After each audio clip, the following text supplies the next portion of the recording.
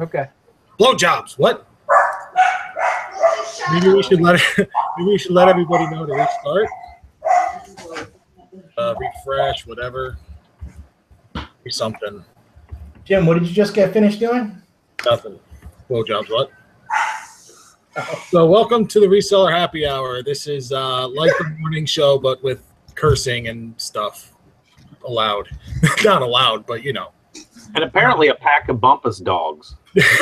Oh, yeah, that too. This is the only show that gets 2 thumbs down before it even starts. And Wait a minute, I just gave you one. You got 3 now. Thank you. Appreciate that. Actually, I appreciate all feedback. So Holy crap, I clicked it and it went from 2 to 5. Oh, 4 thumbs down. Very good. Nice. Yeah, so we are, I don't know, it's been 2 months or something since we did one of these. So I was just sitting in my bathtub earlier today going, you know what, we should probably do a happy hour. And here we are. Were you reading a book? I wasn't reading a book, no. I was just in there being quiet with my new philosophy on life, which is just shut up and listen to yourself. Making bubbles. Make bubbles, yeah. Yep, make bubbles in the tub. Y'all got that big old awesome garden tub, though. We do have a nice tub now, yeah. With a really nice light. And I will do a video from the tub with a tuna fish sandwich probably this week. Still my favorite video. You guys love that shit. I don't know why. But yeah, we'll go ahead and get that done. If you do follow the vlog, that's still coming up and there's still stuff there. So that'll be after this show. And one thing I was telling the guys about the show is it's been so long since we've been on, but it's nice because when we do go on with this show, it's like an event. Like everybody just seems to go nuts for it. So that's something about keeping yourself kind of. It's kind of like the Olympics. It is like the Olympics, just not as shitty. Because that could be boring. And none of us are in shape. No. Hey, I am Unless round. Round is a shape. Round is a shape. That's all I'm It's a saying. sheep. Damn right. Yeah, my friends used to call Ashley and I a 10 because she was the 1 and I was a 0. Shape-wise, not like I'm a 0 like in life, like I'm a loser, but I'm probably bad too. But I like Tic Tacs. my head doesn't look like a Tic Tac. I didn't say it looked like that. Wasn't me. No, about the camera? back. It's kind of Tic Tac-y shape, like minion head. But yeah, all the fun we have. But we're not on the air. So what did everybody do today? I know we had the morning show, but between the morning show and now, I didn't do the morning show. you didn't do them. No, and neither did Jason. Because None of y'all did for 45 minutes. I don't wake up that. Thank you for leaving me hanging for 45 minutes. Wow. I had to be at an auction this morning. I couldn't get on the show, so I went to an auction today. I don't get up till noon. Is that like a rule or just like a health condition? It's a Jay stays up late drinking. Because that's what time Dunkin' Donuts open. Yeah, he likes to buy the day olds, and that's when they mark today's as being a day old once it's like 3 o'clock in the afternoon. So. What'd you do, Eric? Go to was- an auction of Wally Cleaver's wardrobe back there? Yeah, damn straight. That's a nice Letterman sweater probably from the 50s or 60s. Yeah, that's cool. Does the I stand for internet? I think I was told by an elderly gentleman at the auction that it actually stands for St. Ignatius of Cleveland, which would be really awesome because that is a monster athletic school. So Yeah. a lot of pro athletes come out of St. Ignatius. A lot of NFL players and pro basketball players come out of there. So. I think there was actually an ESPN documentary of some sort on that school. So I'm hoping. I mean, I paid $1 for it. So You can't go wrong with any. Is it branded? You can't go wrong with any it's got a brand on it. I can't remember what the brand is, with but any Letterman's jackets or whatever like that. It's the right colors according to what I'm seeing on the internet. yeah, it's kind of. Somebody sold a St. Ignatius pair of shorts for like $29 or something like that. They really weren't even that great looking, but Did you play a song in the jukebox while you were there? One, yeah, two, I three. actually was wearing a leather jacket. And I was looking for, Sandy, but I had chills and they were multiplying. Absolutely fascinating. I mean, you now have 2 thumbs down. You went from 2 to 5 back to 2. That's amazing. No, I mean, I picked up, actually, I bought a lot of books, and I don't normally buy books, but these are all nice collector's editions. They have the slip covers, the cardboard slip covers, and I wasn't paying that. I spent $50 on books, and the books, I've got 6 boxes of books, so there's probably close to 40 or maybe 50 books. So like a buck. They throw in a free cat with that? That's my kitty cat. Uh-huh. And then I got a bunch of these. I'm looking at them right now.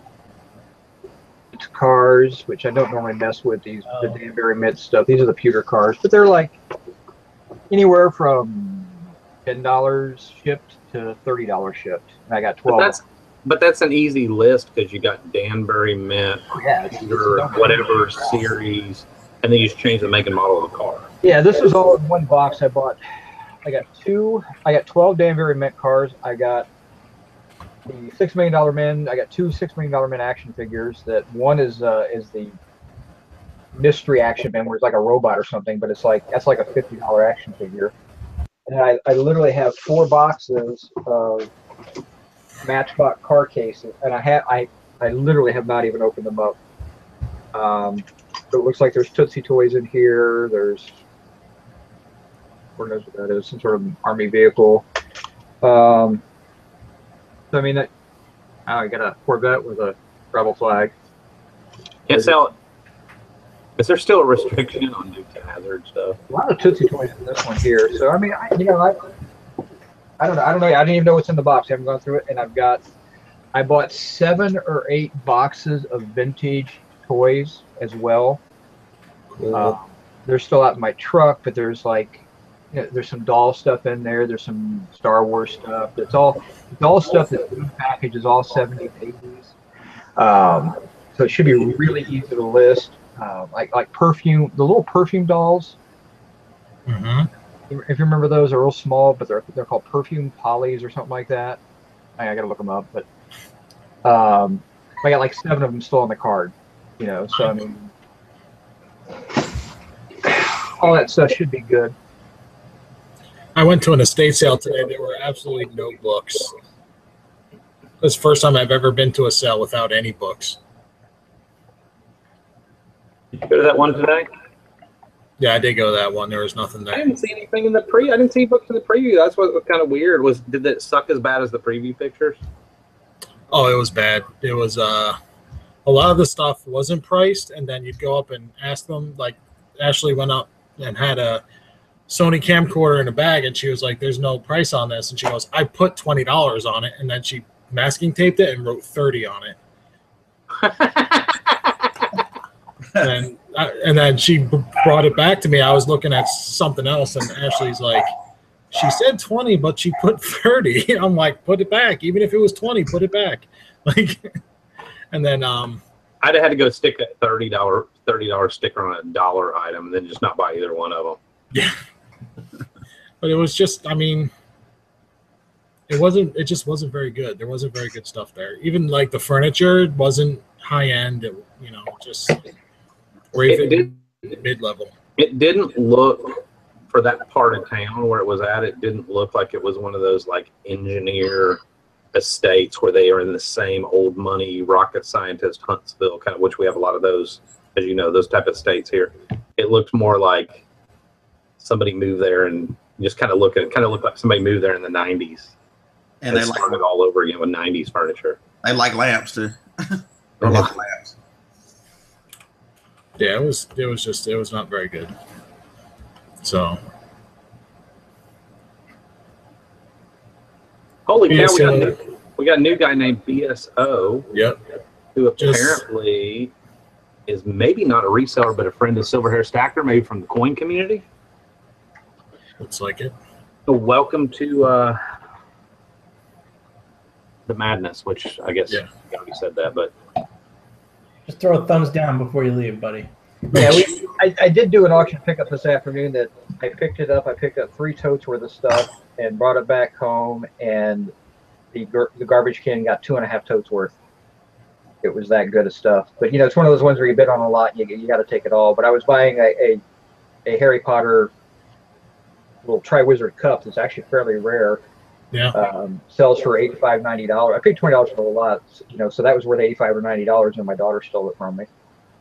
But I got a couple other pieces out of there. There's a Lodro figurine, or Yadro, whatever hell you pronounce it, but that's probably worth $35, $40. And there's a Pyrex coffee pot in there for $30. So yeah, I'll still do all right. I mean, I was amazed at how much the bad stuff I pulled out of their china cabinet, because I bought the contents of the china cabinet, and I would have been ashamed if that had been my china cabinet. And the best thing in that china cabinet was a Harry Potter action toy thing. which is just weird. Like, why does some old person have a Harry Potter trophy thing? What I mean, it's just weird. It was kind of strange.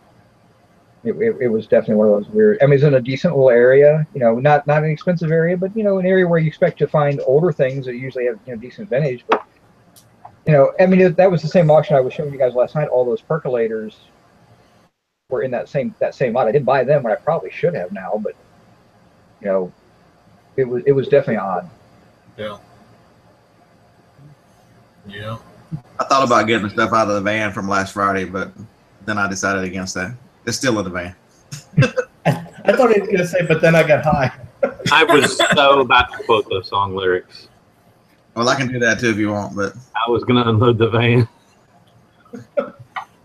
So I went to the warehouse today, dragged some stuff home because I needed to go down there. Tristan, do y'all remember the dresser, the antique dresser that really wasn't worth a whole lot because the veneer was coming off the front of it? It was in the storage unit. Yeah. Well, it was sitting down there, and we were down there the other day getting some other stuff, we're just kind of bringing stuff gradually home and going through it. We're doing a listing, what's worth listing from that storage unit we're still working on. She's like, you know what? I could use that dresser. I mean, I'd have to fix it or paint it or do whatever. I don't know. I've got some ideas. And she said something last night. She's like, well, let's go get it. And I was like, well, if we're going to do that, we're going to take the flatbed because I'm bringing some other crap home, that I want to work on and get listed. And I needed the bigger barbecue grill, which was down there, yada, yada. So today was Beverly Hillbillies Day with a big truckload backing up to the front porch, getting Gabe to, put pants on or whatever and come out there and help unload. Shoes on. Sorry, my son doesn't walk around without pants on. I won't say anything, but Kid wear freaking basketball shorts in the middle of winter. That's what I do. And you're going to love it here. Yeah, today we drove around a town to the west of us and just didn't find anything. I mean, I just wanted to get out of the house. I'm like, let's just go see if we can find some new spots or, just jump in some thrifts we haven't been in a while, and just nothing. We did find a pretty awesome Greek place, though, so that was a bonus. We have a new lunch spot. It's that Greek Euro place in which one? By the Poppy Euros? No, by the Aldi on University. Oh yeah, I haven't been in that one. Yeah, they're good. Their menu is really small though, but yeah, somebody shot me the finger today. I'm coming up the mountain. It's 3-lane, like coming from your house to my house. It's like 3-lane going up, concrete divider in the middle. There's a road that comes on, and they literally just redid the intersection. He's got like a 1/4 mile long coming off that Doug Hill Road or whatever. He's got like a 1/4 mile long, like running lane to merge over. And so I'm in the truck. I'm doing my best, just get up the hill or whatever. And he almost pulls over on top of me because I'm in his blind spot because he's tried to speed. He put me in his blind spot, basically. And once I recognize that, I slow down a little bit. Well, he almost pulls over in front of my bumper. He's in a little freaking Tic Tac, like a Toyota Matrix hatchback or whatever. He shoots me the bird, and I look, and he's got a baby on board, yellow placard in the back window, and his kid is in the back window. Turn around looking at me. I'm like, that is so classy. And I look at Tristan, I'm like, what did I do? And she's like, well, you didn't let him over. And I'm like, that is a 1/2 mile long merge lane. Like, you need to merge. Right. I was getting ready to get off the next exit to turn right, so I'm not going to get over in the left. I put them in the guardrail to hell with them. Now they had a kid in the car, so I I just don't let anybody merge. I'm on the road forever. I don't let anybody merge. If they come to these blue lanes, I'm the one that's like over into the other lane so you can't get around me because I'm tired of being passed every 5 seconds. It's like, dude, look at my truck. I paid $1,200 for it. Look at it. Do you really want to hit it? That's fine, because they'll total it out, and I'll get X amount of dollars, whatever. Go for it. Hit it. Yeah, that's kind of the same way. I mean, I carry full coverage insurance. You want to whop into me, or hell, you pull out in front of me and I'll hit you. I don't care. Either way. Right. Silver Hair Stacker's talking about my watch flip. Actually, I talked about it in my vlog. There it is. It's a two-door. It's a Tudor BSO. Since you like jewelry. It's gold plated. It's not. It's gold plated. Yeah. The buyer backed out, so it's still for sale. So. Hey Jim, that was a moment there. I'm proud of you. It's not a Tudor. It's a 2-door. You're in Alabama, baby. Yeah. Right. It's a 2-door. That's awesome right there. 2-door. Yeah. Roll Tide. I still don't know what the hell that means, but. Better than War Eagle. It is better than War Eagle. It's plated BSO. It's plated. Some of the plating's coming off, but it's a roll, which he's probably familiar with. I don't know if he just does coins or if he does other stuff, but it is a Rolex-made movement. Did they make them for Tudor, or what was the story? Did they make the movements? Tudor did the case? Yeah. Well, Tudor was founded by the same founder as Rolex. I'm blanking on the guy's name right now. Hans. I don't remember. Hans Tudor, maybe? No, Hans Rolex. Hans Brinker and the Silver Skates? I have no idea. I prefer my watches to be 4 doors. Yeah. Yeah. So founded by the same guy. He wanted to create a line that was low end.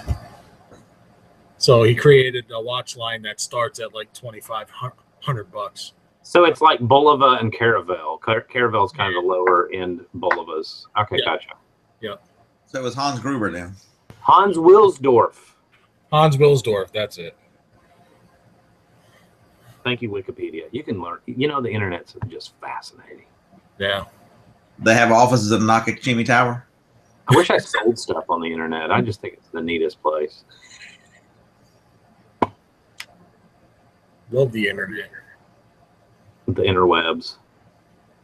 Fishing. So what did you do today, Jason, after you got up and had your 11:30 a.m. Latte? I don't know. Then I ate lunch.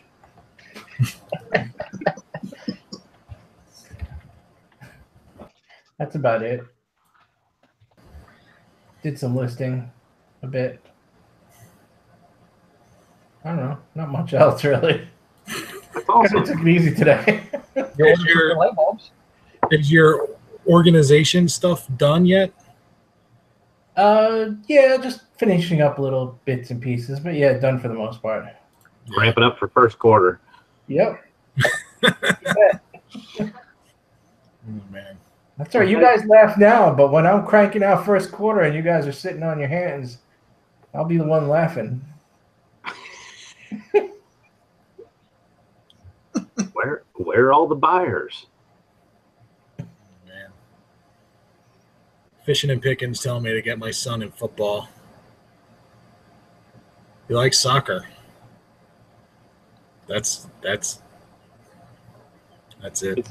It's because of Jim's. Well, he wants to have a career in acting, so that's why he's going to play soccer. He actually got accused by parents on the other team of falling. He's like, "Get up! You fell on purpose, trying to draw a card." He got up and scored 3 goals on their 16-year-olds. He's 13.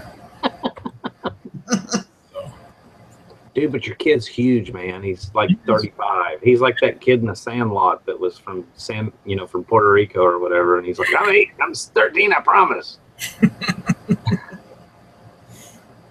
Or Bad News Bears. We never did determine which movie that was. Yeah. I determined it was Bad News Bears, actually. I still think it was Sandlot. I thought it was Mighty Ducks for a second. Mighty Ducks? I don't know. Yeah. So what else has been going on? What was the last happy hour? What was the last topic? We actually got some good topics tonight. I don't remember. But we're actually waiting on Jim Carrey. I called him on the phone a minute ago, and he is so busted. I texted him on the phone. I'm like, "Hey, dude, you got a minute?" Because he wasn't answering like Facebook stuff. So, do you have a minute? And he didn't respond. So I wait like an hour or whatever, and I'm like, I call him, and he hits the FU button because it goes straight to voicemail. And finally, he texts me back. He's like, "Sorry, I was sleeping in the truck." And I'm like, "Why are you sleeping in your truck at 6:30?" He's like, "Oh, we had to go to this auction pickup, so I just dozed off for a minute." So he is headed here though, but So in other words, Tara was doing all the work and he was sleeping in the truck. I don't know. He said, "I'll be home in 30, 45 minutes," and that was like 30 minutes ago. Yeah, he should be here soon. Wes Whedon. Yep. I'm actually meeting up with him tomorrow. Wes Whedon is coming to the big Huntsville tomorrow. A few of us going to go have lunch. Oh, that's interesting. I think I'm going to start calling Huntsville Boner City and see if that catches on. I don't get it. I just clicked on the performance tab, and apparently they put a new square in there for guaranteed delivery. On the eBay search engine? No, under the eBay performance tab of your seller hub. I don't know where that is. I don't pay attention to my performance. Well, you just click the performance thing at the top, and it drops in it. It's got a new box that says guaranteed delivery. It says current status not available. If we evaluated today, not available. But I don't have that. I don't have that either. Oh, you got to go to the box that says traffic. View the performance area to see how these traffic metrics and how they impact your sales. And you click on performance area, takes you to another page. Huh. And then it tells me that I'm underperforming. It tells you the traffic and listing impressions and click-through rate and page views and sales conversion rates. I don't know way to tell me I'm underperforming. I get that enough from my wife. I did pick up a couple things today though. I picked up 3 brand new in the box from like 2011-ish Shrinky Dink machines. Things bring like $50 a piece. Yeah. Did I forget? Are the Shrinky Dinks the thing that you throw on the wall and they slowly crawl to the floor? No, they're the things like they're this big, and then you put them in the oven, and then they get to like that big or whatever. They're like, Well, this is the actual oven. It's like the Easy Bake oven. They just rebranded it. Essentially, it probably runs off a 40-watt light bulb, burns your house down, or whatever.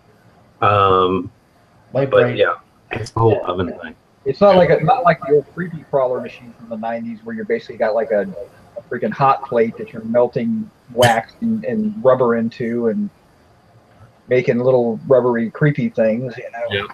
Those things are. If you ever see those, pick those things up because those things still sell for decent money.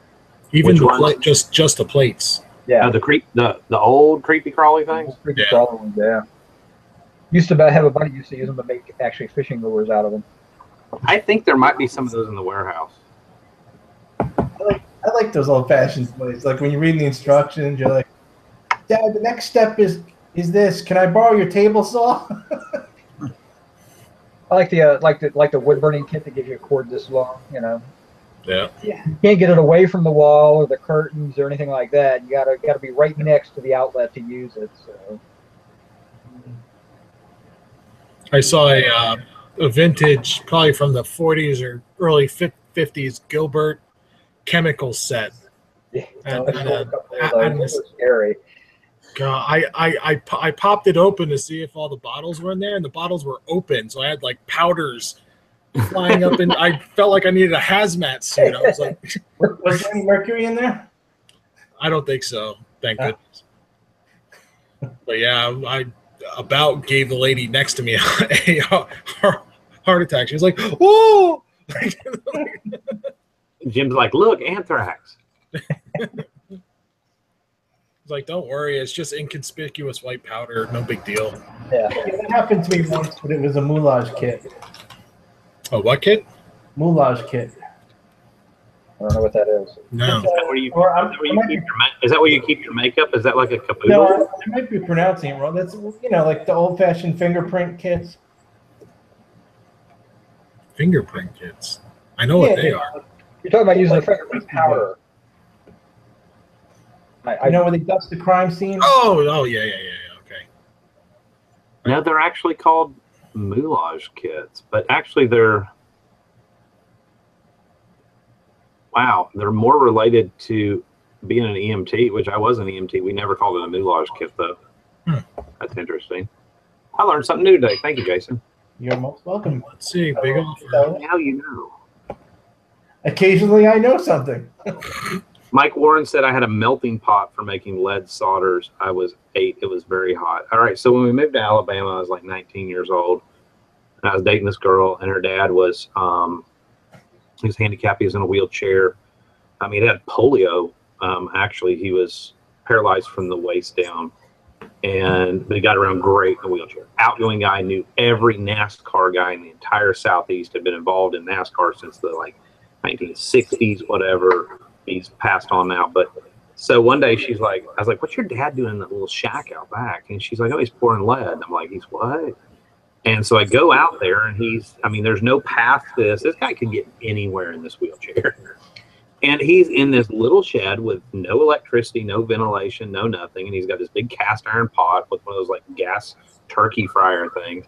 And he would literally go around to the tire places and get the weights that they pulled off the tires, when they change your tires and they rebalance your wheels. He would melt them down. So he taught me how to do that. And we would pour these lead blocks in this little non-ventilated shed out back. I probably have some serious issues from that one. And we'd pour these lead bricks that he'd also make sinkers and stuff like that out of. And he had molds for all that. But we would pour these lead bricks that they would actually put inside the frames of NASCARs. Stanley Smith was there a NASCAR driver named Stanley Smith? There was a couple different ones. All the Allisons and all that. They were all from the other side of Birmingham. This was back when we were in Birmingham.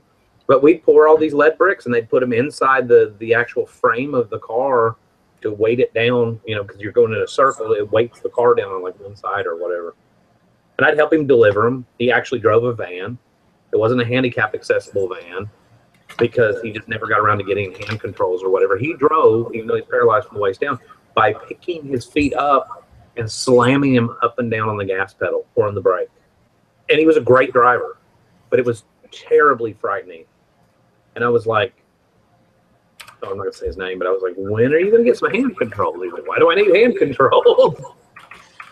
He was a neat guy. And then I ran into his wife at a yard sale a couple of years later and found out he had passed away. So there was a Stanley Smith, by the way. Huh? I looked it up. There was a Stanley Smith. Yeah, Stanley. I'm trying to remember. We went to several. We drove to Talladega a couple of times and went out in these barns out in the wood. These, not barns. They're like warehouses.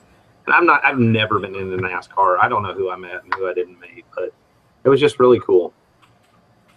One of those things you look back and you're like, yeah, back when I was 19, I got lead poisoning. So Jason's drawing penises in the chat. That's awesome. Some good old ASCII porn going on over there. We can tell that he's a BBSer. It actually looks like a nail. Or a pencil. I'm sure that's probably not the first time he's heard that.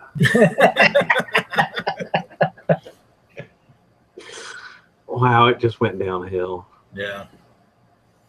Oh, I got to go. The new Churchill movie came out. Has anybody seen that yet? The who? No.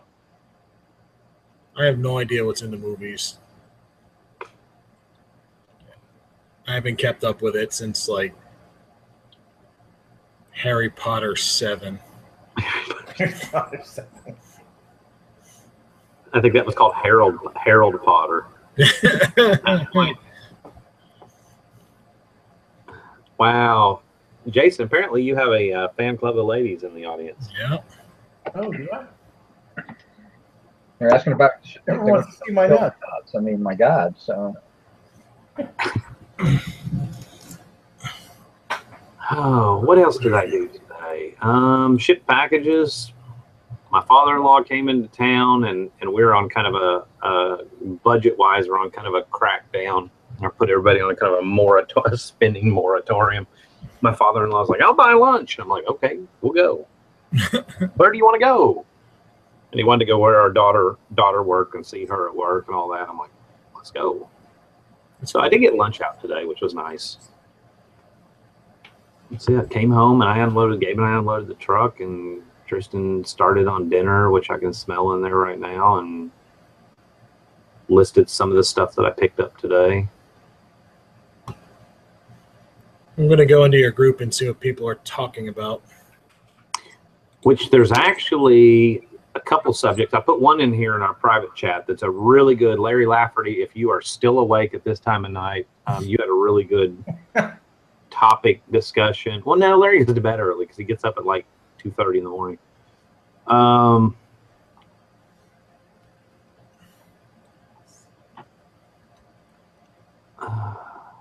All right, here's a good one. Craig Murray. Craig Murray asked if anybody has ever sold a shortwave radio and asked how to test it. It's a Sony like desktop plug-in, whatever. Mm-hmm. How many people here that want to talk about it or want to admit it would actually test that, or just would plug it in, see if it works, sell it with a guarantee? Well, I'd test it if I could. Right, but if you didn't have the radio, the big coax, radio thing to plug, antenna to plug in, the mic and all that, you couldn't really test it. Depending on how much it was worth. 100 to 125 maybe? I would probably sell it as untested and not worry about it. Because like I said, shortwave radio guys want to fix their radios. Yep, they'll take it apart. So I wouldn't worry too much about it. Yeah, I've got a friend who does all that kind of stuff. He owns a computer store he's from high school in North Carolina. I'd reach out to him and get some assistance. It helps to know who knows what and whose hobbies are. He's a real big ham radio guy, so he would be able to talk me through a good bit of testing if I could. I think there's certain functions you could test without having all the equipment. At least make sure the dials, react to make the radio react in some way, or But I wouldn't go to the extent of like buying extra equipment to get it fully tested. Like I know some sellers do that, and it's a waste of time. Well, and he had a friend that was going to help him test it or whatever. But yeah. But I think the amount of time invested in testing depends on how much money you're going to make on it. Harry, can you see the chat in here?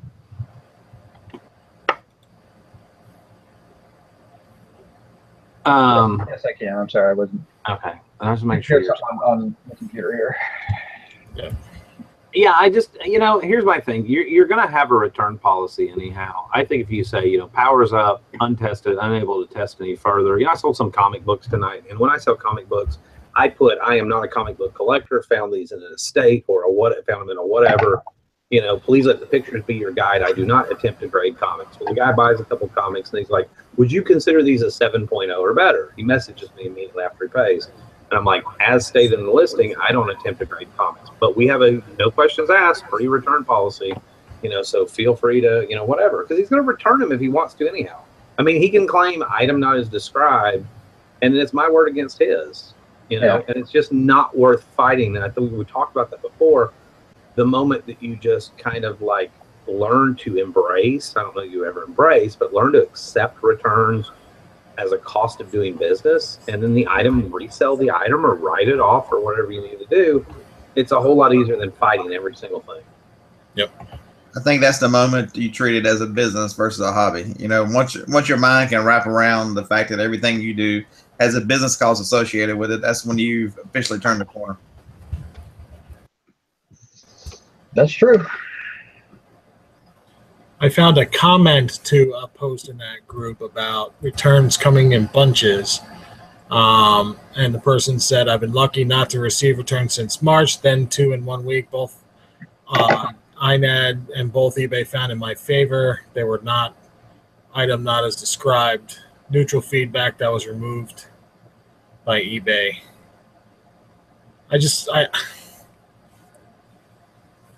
I don't know that I was talking with some sellers today. I was at the auction, and there's some people who were talking about sellers, and one lady was, I am a total no returns. I don't do any returns. I fight every return I get.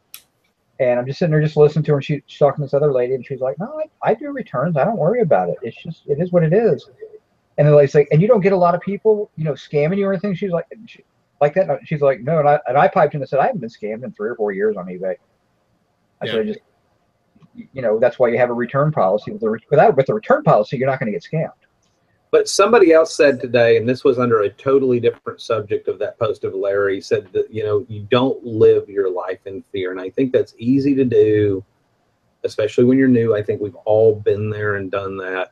But I've said this a gazillion times, it is a turning point in your game when you just learn to let it roll off your back. You sleep better at night. You don't worry about what if and a scammer, and you just send your stuff out. You follow, like the person said, I wish I could find the post, but they said if you follow, hold on, actually I'll scroll up to it. And I won't read their full name because they may not want their whole full name read, but their name was Fred. And Fred said, people worry about the worst. If you follow the rules, you'll be fine. There will always be some scammers. Nothing you can do about it. Be an honest seller and follow the guidelines, and 99.9% of the time it will work out. Why lose a sale over fear? If you fear it, then just leave it alone. Yeah. And it was in reference to something totally different, but it fits to a lot of different situations. Once you learn to let go of that fear of somebody's always out to get me, then you can focus yourself on doing more positive things for yourself instead of just worrying about, oh, I don't know if I should buy this item because I was told. It's barely ever because of experience. I was told by some stranger on YouTube that that they're getting scammed with this item. Yeah, but if you read any of the self-help books, fear is the opposite of motivation. It's you're outsourcing, and you can't trust your own judgment and your own gut because you fear maybe I won't sell it or maybe whatever. Yep. What have you been reading, Yoda? It's in every aspect you got to let it go. Because fear leads to anger. Anger leads to hate. Hate leads to suffering. I'm sorry, I had to make fun of you, but. And if you really want to get this mastered, of these guys, I'm the heavy Amazon seller, and you really have to let go because their rules are. If you can live on Amazon, you become an excellent eBay seller. Yep. Yeah, you're right, because the rules are so much stricter. And it also, doing FBA really helps you understand about returns. I don't even look at my returns on Amazon. Whenever the boxes show up twice a month, that's when I see them. It's going to happen. There's nothing you can do about it. Same thing with eBay. If somebody's unhappy, make them happy. You don't want to chase them off the platform. Right. You can resell it. You can donate it. Somebody else can use it. Write it off. It doesn't matter. You have nothing to fear but fear itself. Now, Beth nailed it. She said a lot of the Facebook reseller groups just breed that scammer fear. And I'm not going to bash. I'm not going to name any names, whatever. It's one of the reasons, in particular, like our Alabama Pickers group that we're all kind of really active in. I don't want it to ever get big. I don't want to be in a big group. Number one, you get better answers in a smaller, tight-knit group. And I personally just don't tolerate the fear-mongering. Fear-mongering is one of my biggest pet peeves because ultimately it's going to lead people to fail. When you live in fear, you're never going to move forward. Yep. And I don't want to see people fail. I want to see people succeed. The selling platform itself becomes better. If the better eBay does, the more it gets out there and buyer confidence comes back, the better I do as well. True. So there you go. Yeah. Yep. One thing about the item is not as described that this person mentioned, just that she went to eBay twice in a week about it. Like how many times are you going to eBay saying this item is exactly as I described it, I don't want to refund the buyer? And my issue with that, I think it's like the kid that cried wolf. With any customer service job, especially computer-based, when you're calling in, there's a log on you. Yep. And if you call, and I'm not picking on anybody in particular, but You know, if there's a log on you, and if you have a history of calling whatever else, trust me, the more you call, the less you're going to get. And then when you do truly need something, I think you're not going to get what you need. Yep. I mean, if you just talk to anybody who works in brick and mortar, you know, our return rates of less than 1%, you know, these 0.5% and are so low for any kind of sales business. You know, we don't have the same cost as brick and mortar, so it doesn't affect us either because our costs are so much lower. I mean, selling online is a good thing, guys, and don't lose the pleasure and all the positivity of it by freaking holding somebody hostage. If they can't use the item, take the dang return. Yeah.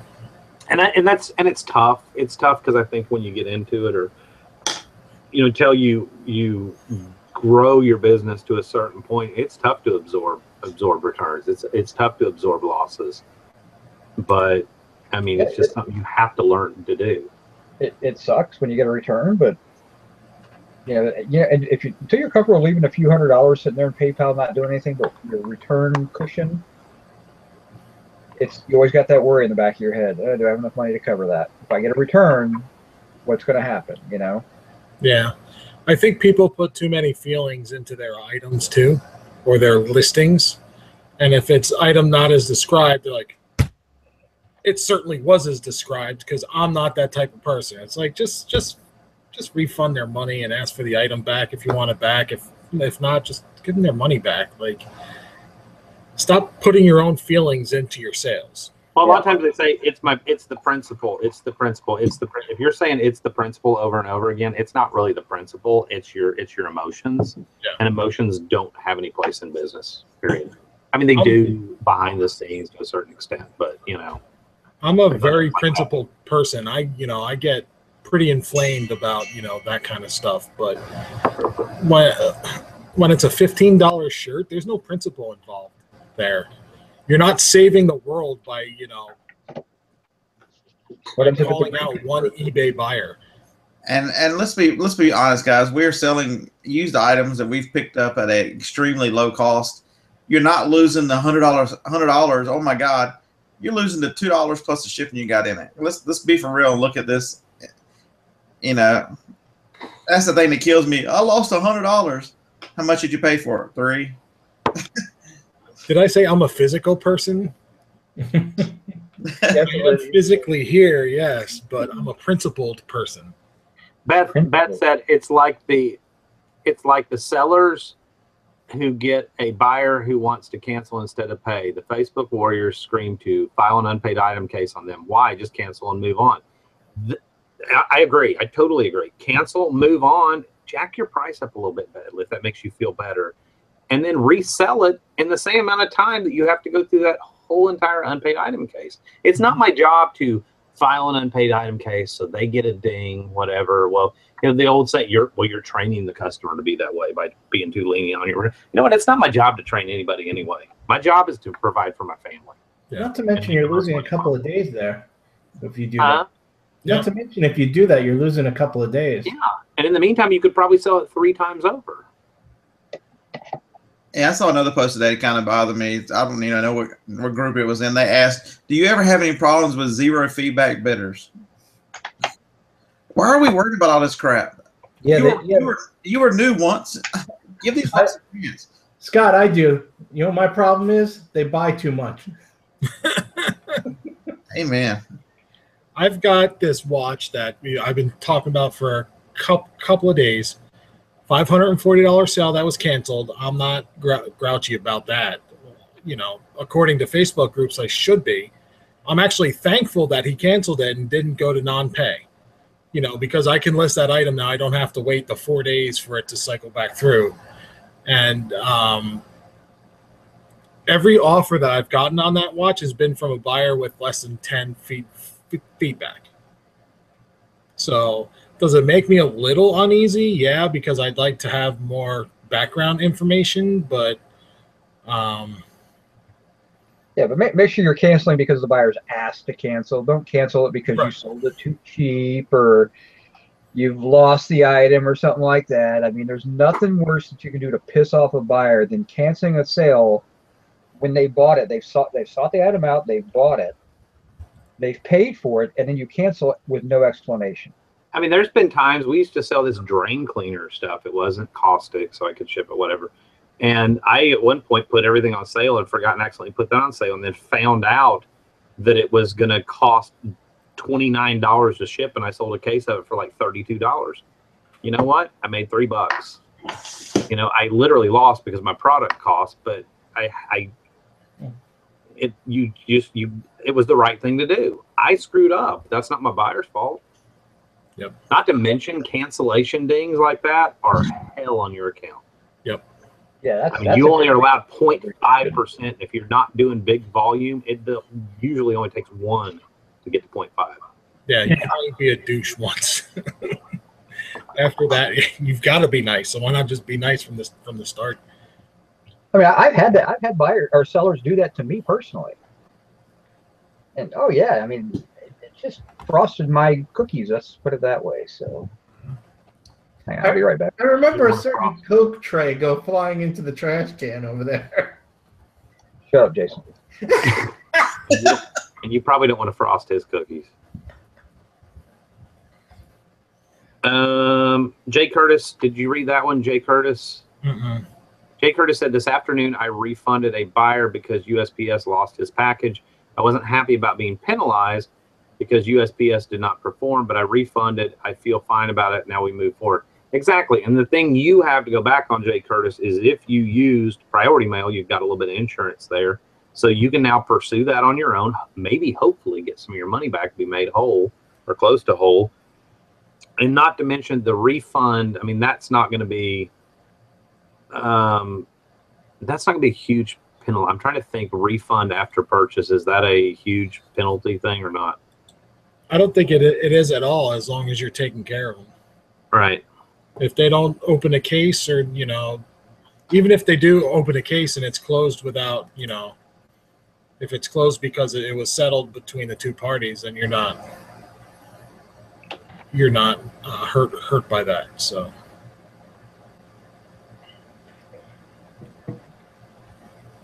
I actually had to refund somebody today for the same reason, except my item never got a scan, so I can't even claim insurance on it.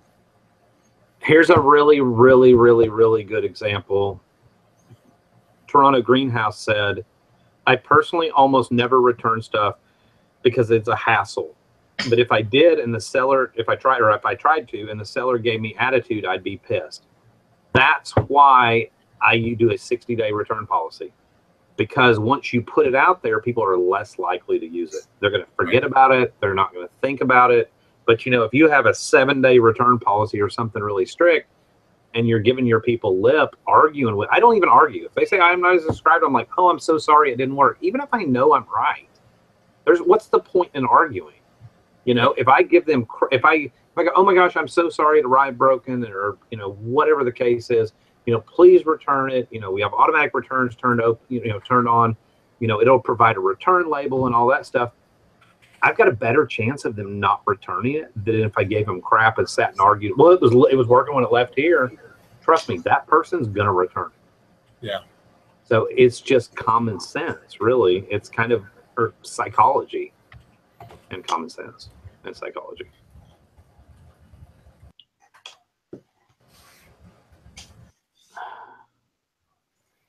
Being accused of eating Mahoney's food. I don't even know what that food is. Or your dog eats. She got, watch this. She'll be in here in a second.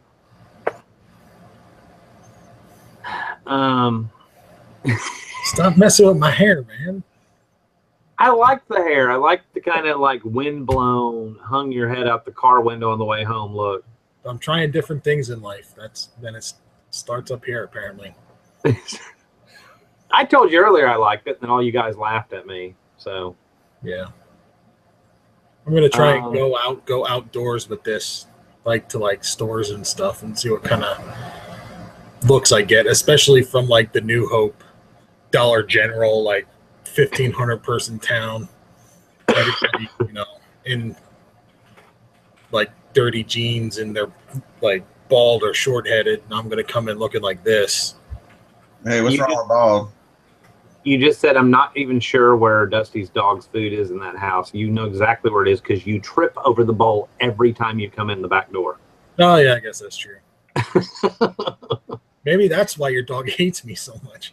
No, our back hallway's I've got to move. I've got to stack our washer and dryer. I just need to put a new pigtail on it and hook the kit up and all that. And then I can move that toolbox, the Craftsman rolling toolbox, out of the back hall into the utility room. Toronto Greenhouse said, good point. A lot of people who ask for returns don't actually send the stuff back, so the real return percentage is even lower than we think.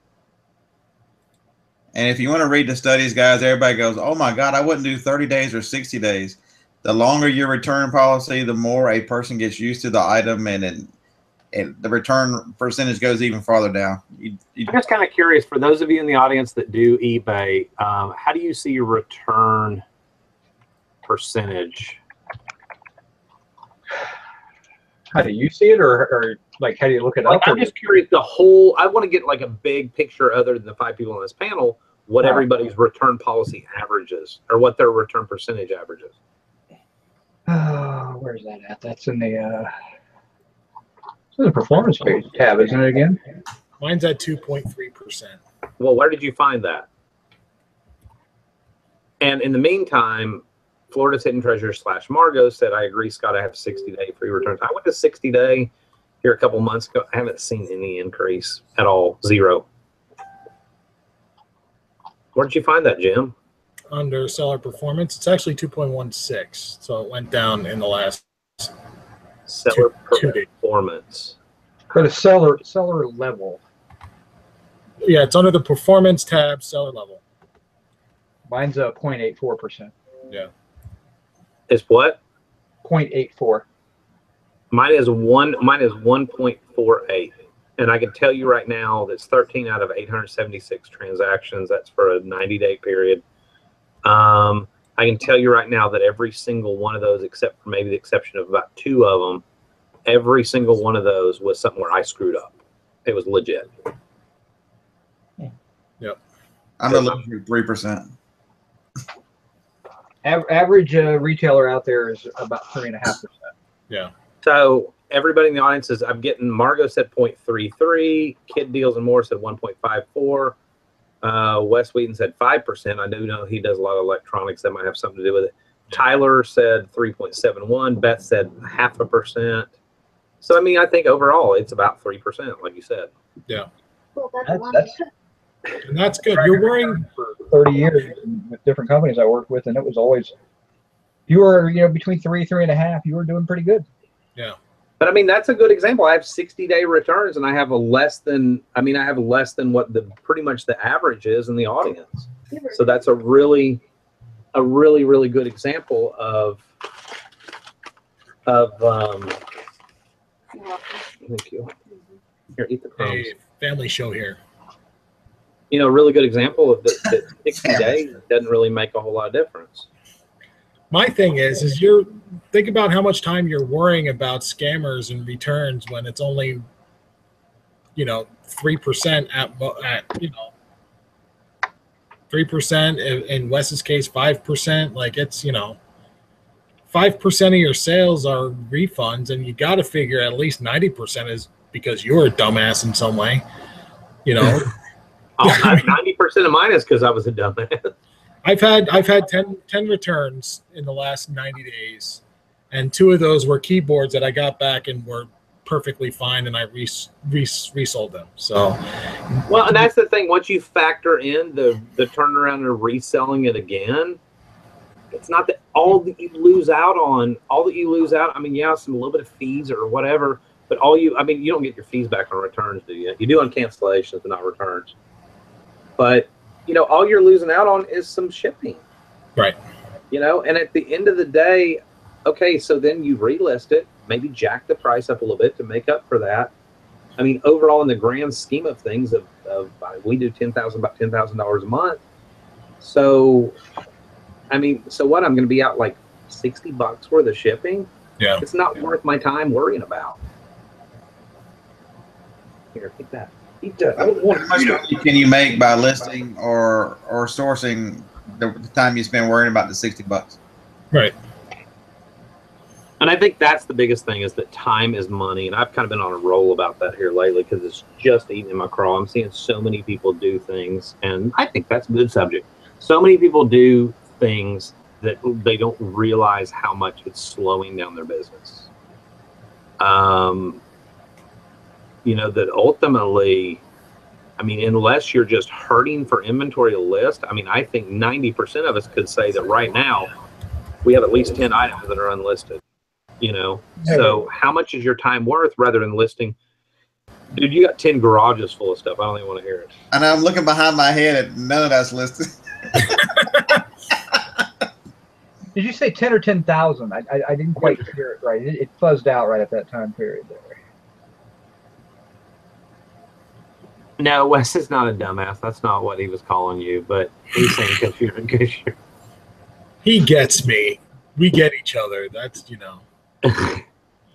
Are you sure you No, want but usually the returns, I think if you look at them and you're honest with yourself, most of the time, I think we would all admit that most returns are of some sort of dumbass mistake. You know, I misrepresented, crap, I should have measured that, or I misrepresented a little bit, or oh, crud, you know.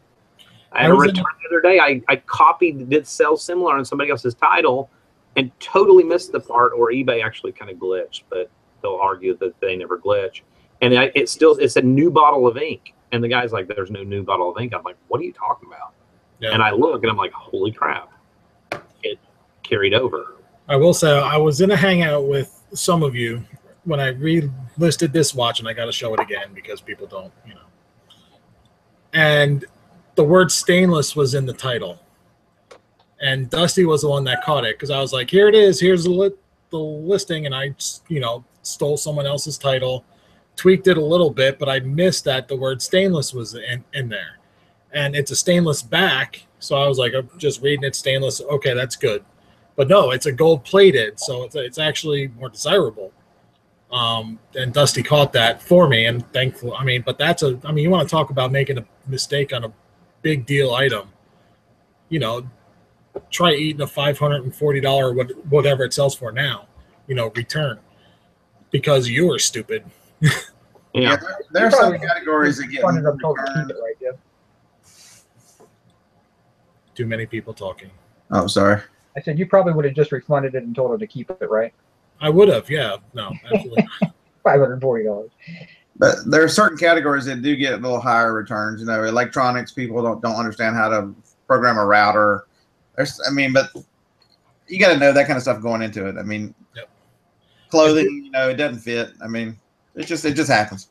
That's why I have a lot of returns. I think it's because of my electronics. My clothing returns are actually very, very small compared to how much I sell, but my electronics returns tend to kill me a little bit, especially because I'm selling like DVD, VCR combos and things like that. So and that's one of the I personally chose to, after many, many years, get out of certain things like routers and like cable modems. I was talking about that before y'all came in the show this morning, but I chose to get out of some of those items because I was like, I don't want to deal with the returns. Not that I'm anti-return, but you know, it just seemed like there was a higher rate of return on those type of items. So was it really worth it for me to pay $3, $4, $5 for this router and sell it for $29.99, knowing that it's going to go back and forth 3 or 4 times before eventually the sale sticks to somebody that knows how to, you know, get the MAC address programmed with their cable company or whatever.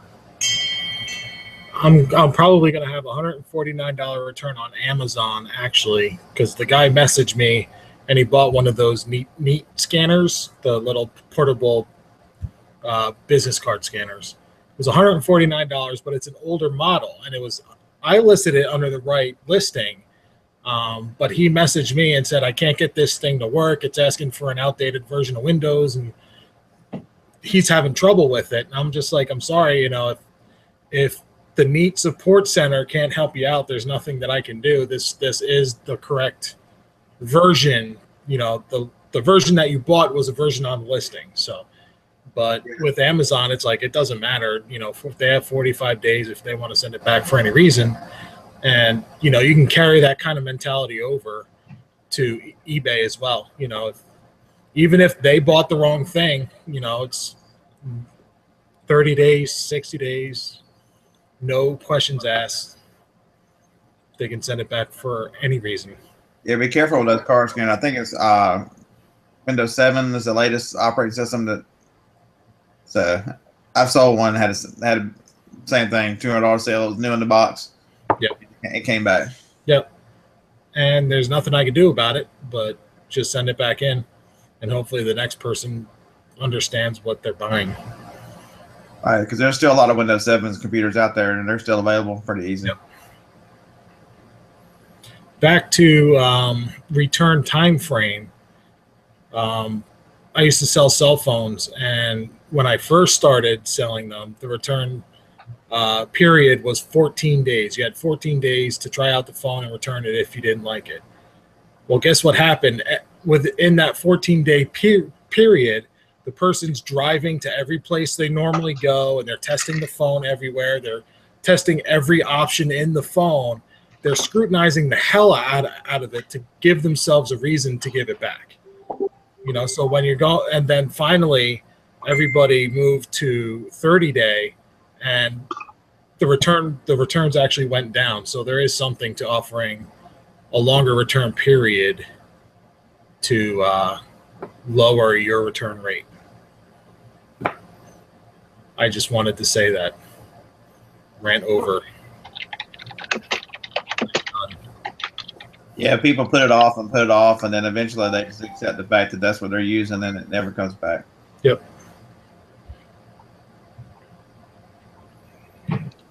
Okay, Pat asked, am I glad I made the move?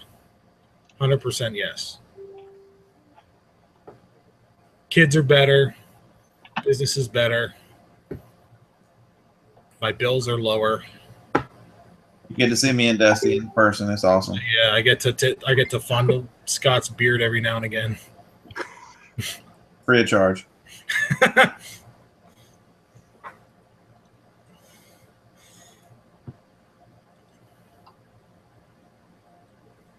Yep. I just got to add, Thrift Day. Is that your camera that's on eBay right now? Yeah, Thrift Day posted an item number in there. Is he saying he just picked one up? It's a pink Mary Kay Polaroid.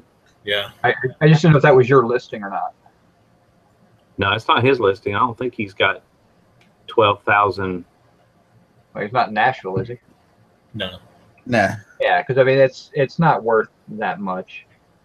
But the specialized cameras that they made for individual companies are generally worth more than the regular ones, though. Yeah, there was a sold for like, I don't know, $50 plus shipping or something like that. I can't remember. I lost it here. Well, that was the one he posted the link to, sold for 50. But I'm trying to figure out why. Hell, I'll paint all my Polaroids pink. Well, it's got Mary Kay written on it too. Yeah. It's cool. I could write that on there. Why did one sell for 50 though? Did you go? Let me see. Check something here real quick.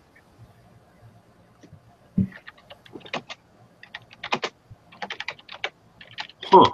Prices are kind of all over the board on that one. Active for $2.99, sold for 50. Mary Kay Polaroids high sales are in going back to 2014, 2013, 150, 140. I'm on Worth Point right now, but most of them are selling in the $50 to $60 range. There might have been a little bump. I don't know what. Maybe Mary Kay had something going on. Oh, I bet those were for the Mary Kay porn parties. Yep. Probably. But yeah, I mean, right now they're selling in that very solid in the $50 to $60 range. As I slink away because I'm pretty sure Scott's wife does Mary Kay.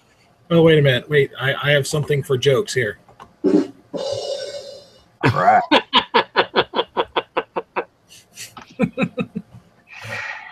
That's but all. even 50 to 60 is on the higher end for. Oh yeah, most Polaroids are $30. I mean, Yeah. you know, including the shipping and everything. So I mean, you get 60, you're twice as expensive. I mean, I know the contractor, the yellow contractor ones sell decently. New in the package, they're over 100, but you know, they're in the $40 to $50 range. I sold a Polaroid new in the package on eBay on Amazon for like $330. Yeah. They're crazy stupid there. Yeah, I picked up a couple of the 600s. I actually found them in stores since I've been doing this, and they were still in the hard plastic case. I think I got $249, $259 for both of them. Mhm. Nice yellow plastic case. Yeah, I actually listed it as used, very good, but the plastic is not great, but still Right.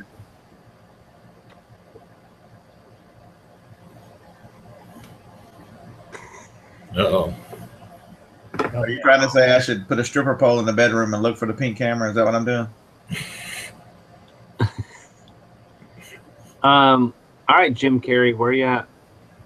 Yeah. Or we'll just start the subject without him. I just thought he'd have good input on it. Hold on.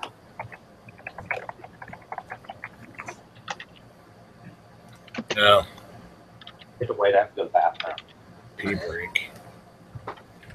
Guess we'll wait for him to pee.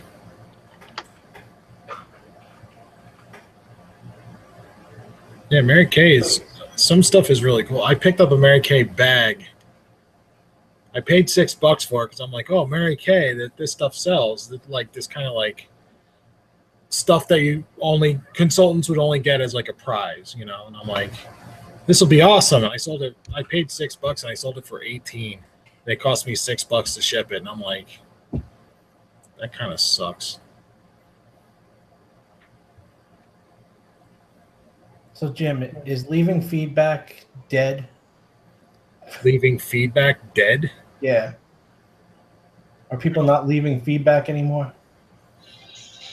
I do it every sale. I have it automatically set as soon as That's what I'm saying. So mine's automatic. I don't care. Yeah. I don't know. I do fine with feedback. I've gotten. I was actually looking at that earlier today. In the last month, I've gotten 73 feedback. Okay. On my second account, my smaller store, the last 2 feedbacks I've had are the 2 eBay shipping supply purchases. So that's how long it's been since I've had feedback on that account. On what account? On your small store? On my smalls, yeah. eBay shipping supplies twice in 2 quarters. That's the only 2 feedback that I've gotten. I've seen gumball machines with more inventory than that second store of yours, Jim. Oh, I know it's pathetic, but Yeah, but now's the time you can actually convert that. You've gotten enough feedback to convert that store over to a regular store and probably get your listings pumped up. And if you really wanted to do it, but why bother? You've already got a premium store. yeah. I don't know. Queen City Picker, did you read that question? Do any of you shoe sellers spray the inside of the shoe with anything to sanitize? I do. I follow all of eBay's rules and regulations. Spray it with Lysol. I like how he does. Do you guys spray the inside of the shoe with anything, comma, to sanitize? Like he would spray something else in there. I don't know what he was trying to imply. That's all I'm saying. I spray the inside with a little bit of Pam. slides on my foot easier. Yeah. I use Astroglide. Is there really an eBay rule? You're supposed to spray the insides of shoes? Everything is supposed to be laundered and cleaned and sanitized and ready to go. And yeah, right. Oh, wow. It's like I didn't even know that all was my a rule. thrift store items. I launder every piece of clothing I put on there. I protect the tags by wrapping them in plastic. Yeah, right. So I wouldn't buy anything from a thrift store for myself to wear or buy anything online that's used without it knowing I'm going to throw it right in the darn washer as soon as it gets home anyway. So Right. Were y'all talking about feedback while I was gone? Yeah. yeah, but since we were gone, we didn't care. So. No, I mean, we talked. Somebody actually left a comment on the video from this morning. I talked about it before y'all came on the show, but this morning, or at some point, I turned on. We were talking about the automatic feedback thing. I haven't left manual feedback for anybody in years. Yeah. It is. You have to have a pro account, and somebody commented on that video this morning and told exactly how to do it. You have to have a pro selling account or whatever. I don't have it pulled up, so I can't read it. But It's actually the premium store level, the basic store level doesn't have it. leaving manual feedback, that's another one of those time things where I talked about, I'm just a big advocate of streamlining your business. I mean, Yep. I can list 50 to 100 items in a day, and it's because it's the little things. People say, oh, it doesn't take that long. And I'm not saying there's anything wrong with leaving feedback manually, but if you add to do that, and then you're having to hunt for boxes for things from different stores and going dumpster diving for boxes, you add all that stuff up, you're not going to get the listing done you need to get done. I've got the basic. All those processes, it equals more money. I've got the basic store, and I've got a bunch of comments stored. So I select them all until leave feedback, and it takes it a few minutes, but it does them all over time. I don't have to leave it. I mean, they might get some strange feedback, but they get it. Right. I mean, it's just about saving time. I mean, I don't feel like going through. If they're waiting for me to go through every single one of them. But if you turn it on automatically, though, then you don't even have to mess with it. And every once in a while, you'll get that one person that'll message me. I'll get that one person who goes, "Why have you not left me feedback yet?" I make sure to make it a point and go in there right there immediately. But I mean, literally, that happens probably once every 2 months. Yeah, but I don't have a premium store. I have a basic store, so it doesn't do. There's no auto. Let me go back and read this person's comment. Hold on. Unless I'm just too retarded, and that's a possibility that I can't find it. Automatic feedback is a pro account only feature on eBay. Thanks. This is Bill Thompson. Give him kudos for this one. Here is how to do it if you have a pro account. To change your automation preferences from My eBay, click the Automation Preferences link under Selling Manager Pro. On the Automation Preferences page, scroll down to the preference you want to change, select the options you want to change, and then click the Apply button. I don't have any of that, so. And I don't even know how to find that from the hub, but I set it up years ago.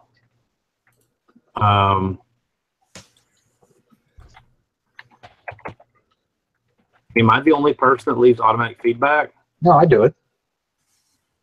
I don't remember how I set it up, but it's in the it's in your seller. Go into your account. It's in your seller preferences. Yeah. Go into your manage communication with all buyers. You can do invoices. You can do marketing. Where is it?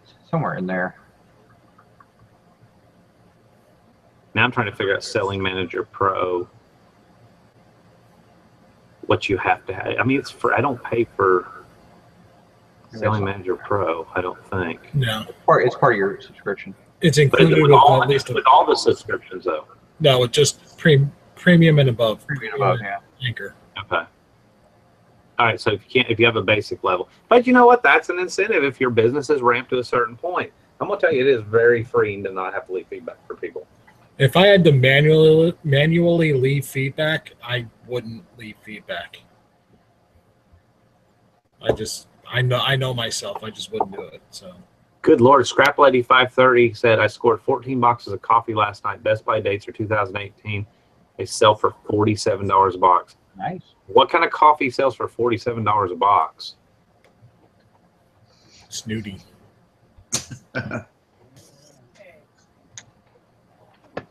Yeah, if you go into your, it's in communication preferences all the way at the bottom, feedback. You can do your, edit it from there. Yeah. I know you could set it up to leave feedback automatically when they pay or after they leave you feedback. Yeah, I have mine set up for when they pay. Yeah, me too. I've got it set for a tit for a tat. You know, once they leave the one, they get the other one back or whatever. But, and my theory behind that, and it's probably a little old school and archaic, is that I think there's a lot of people out there. If you look at some of these accounts, like created in 1999, only has 37 feedback, and they're buying an item from you. There's probably a lot of people out there that don't know you can't leave them. As a seller, you can't leave them negative feedback. So I still think it leaves that little bit of leverage. Because when I do get the messages, it'll be like, hey, I noticed you haven't left me positive feedback. If you'll leave me some positive feedback, I'll do the same for you. And it's like, okay, I can't leave you anything but positive feedback. But they don't know that. Yeah. You know? So I kind of like having that little bit of leverage out there, even if there's a little bit of faux leverage. But I had a lady leave me a neutral, and then complained that I hadn't left her feedback because mine is set when you leave me positive, the robot leaves you positive. So she left me in neutral, and then 2 weeks later is like, why haven't you left me positive feedback? I'm like, well, because I just played dumb, and I'm like, well, when you leave me positive feedback, you'll get positive feedback back. Then she comes back with, oh, I'm sorry, I left you in neutral because the shipping price was too high. And then I'm like, well, you do know it's global shipping, and I have no control over that neutral that you left me. Oh, I didn't know that. Well, maybe you should have looked into it before you left me in neutral. Have a nice life. Right. You're not gonna go up one notch because of me. It's the Tassimo Milk Pod coffee. Okay. Yeah. James Alright. Byron that is asking, is it morning already? This is basically the morning show, but with like fucks and shits and that kind of stuff. Because it's Pre-morning. Jim's potty mouth. Where's Dawn? because we're all just letting We're all our tired hair of going up early now. Now the filter's off, so Yeah, filters off. There you go. I'm letting my hair up. There. I'm pretty exhausted. Yep. All right. So, what did you want to talk about after Dex got here?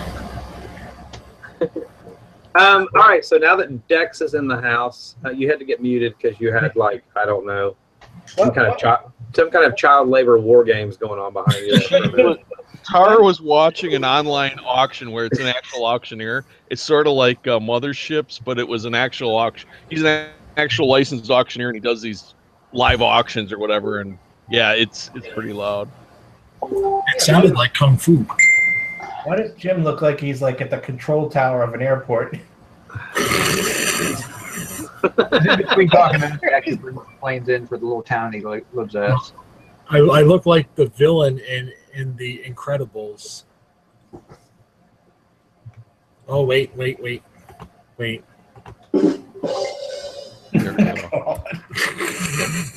What's even worse is we have to wait for it.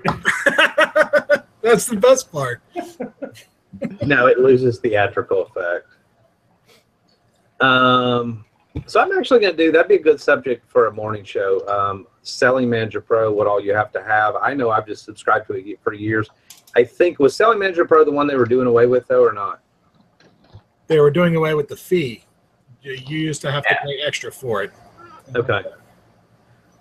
That'd be a good topic for another show, though. Let me do a refresher on it, because obviously that's one huge advantage to it. Yeah. Is automated feedback. If you're doing any kind of volume, if you're only shipping a couple items a day, it's probably not that big a deal. But back to the question of the hour. Larry, wake up. Larry Lafferty, here comes your question.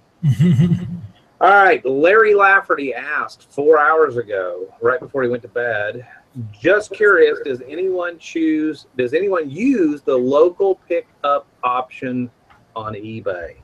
Like, for instance, if you're selling heavy items like, oh, I don't know, deer antlers or cigar humidors or drill presses or things like that. Or a bagger for your lawnmower that you go pick up. I just covered the two. I just covered the two guys here that I know sell big items and probably use a lot of local pickup.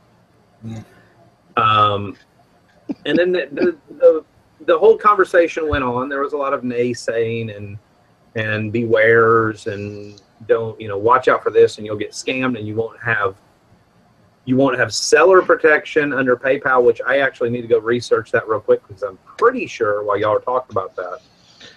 I'm pretty sure that they lose their buyer protection with local pickup only, but I want to find it where I can actually read it. Yeah, once it leaves your driveway, it should be theirs. However, I know a guy who sold a tractor. He got back to Minnesota and he said, I want my money back and I want the guy who sold it to, not me, it was another eBay seller from this town though. And he was like, eBay said, well, you can't, he doesn't have to go pick it up. However, if you bring it back to him, he's going to have to give you your money back. So that was a $900 tractor, and he was at the grocery store. He goes to check out, and the lady's like, yeah, sorry, your card's declined. Man. Unknown to him, $900 had been locked up on his PayPal. So local pickup, they can, even if they take it back 2 states away, as long as they're willing to haul it back, they yeah, can get their money back. Yeah, I mean, I sold a sign, and the guy, it was either local pickup or I would drop it off wherever he wanted it shipped, and the shipping was more than the cost of the item. So if he got it and said, "Oh, I don't like it, I want to return it," I'm like, "All right," I'd have been, send it back to me, and I'll give you your money back. But he's not going to do that. So I mean, that's when they do local pickup. I mean, it's annoying because you have to make the purchase, especially on a bigger item. Maybe they want to inspect it first, but you can't really get a hold of them to let them come over and inspect it.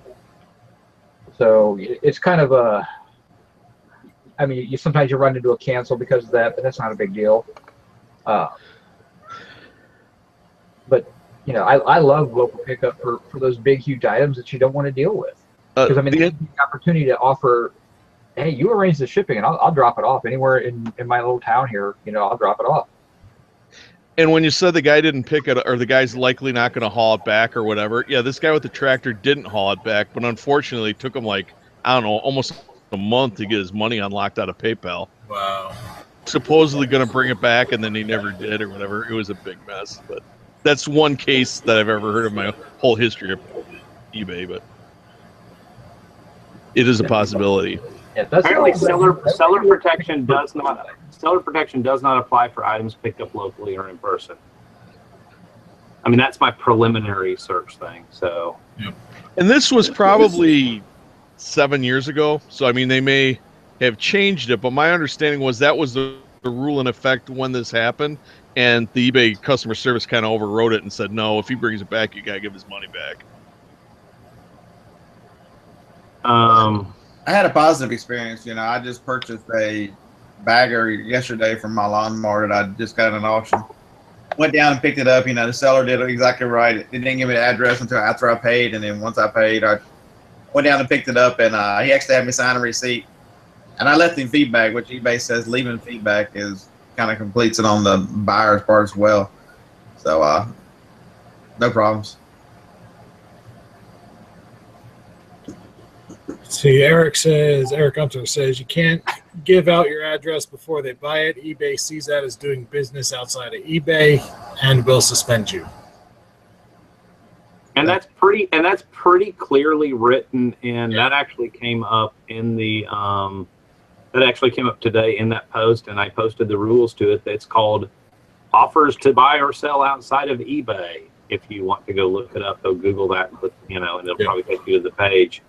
And it pretty much flat out tells you in the rules, let's see, using examples of things that are not allowed, using member contact information obtained from eBay or using an eBay system to offer to sell any listed item outside of eBay.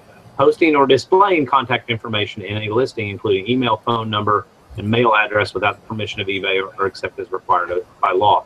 Until that transaction is completed, if you're doing that in messaging, that's essentially the same thing.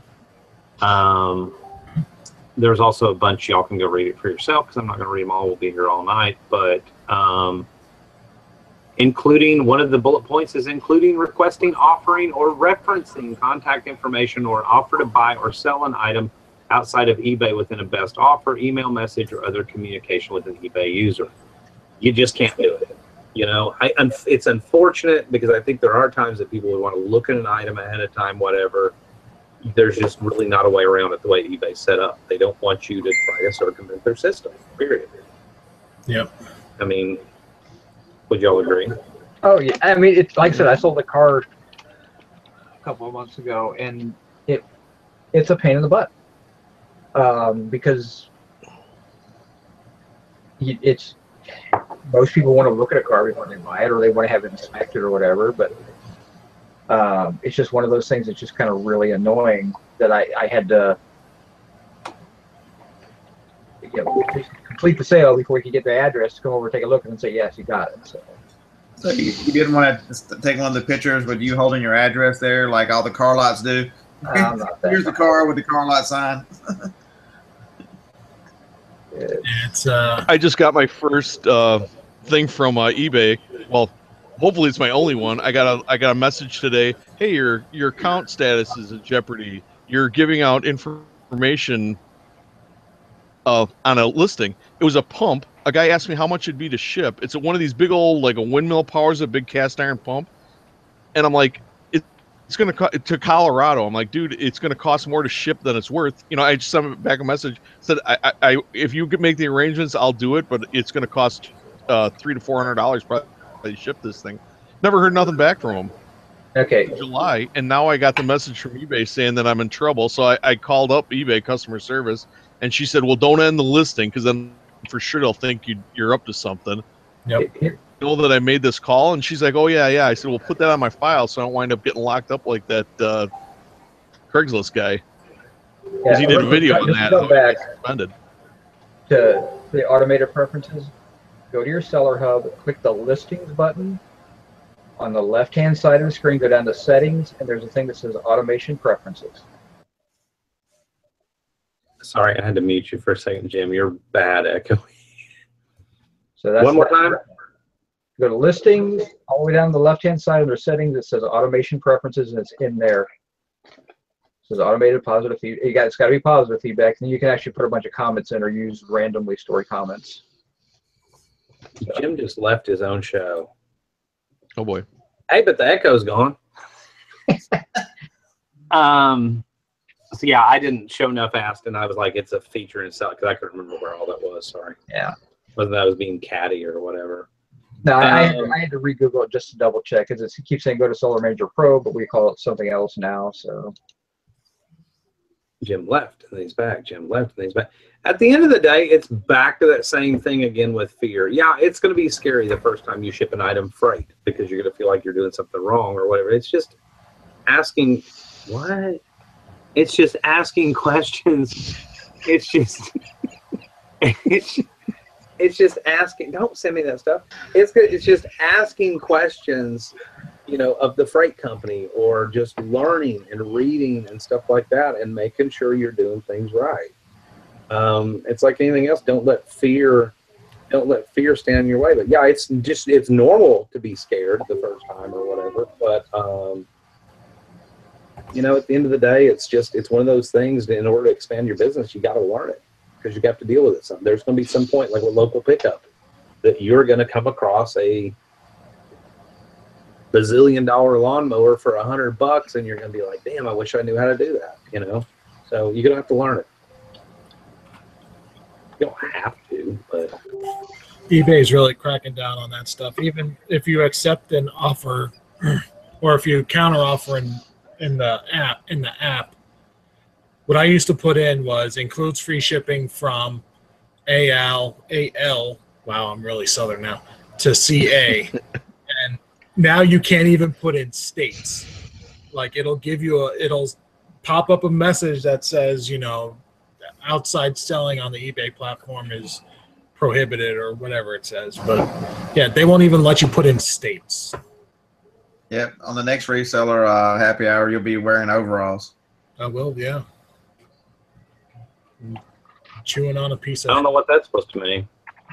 Because I'm sounding Southern with my owl.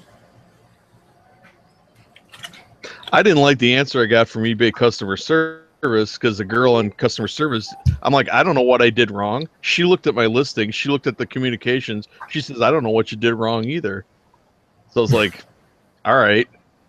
And like I said, I hope you guys keep a record of this phone call. Oh, yeah. So, because, I don't know the whole story. And I used his name. I said who it was. I said whose video I saw.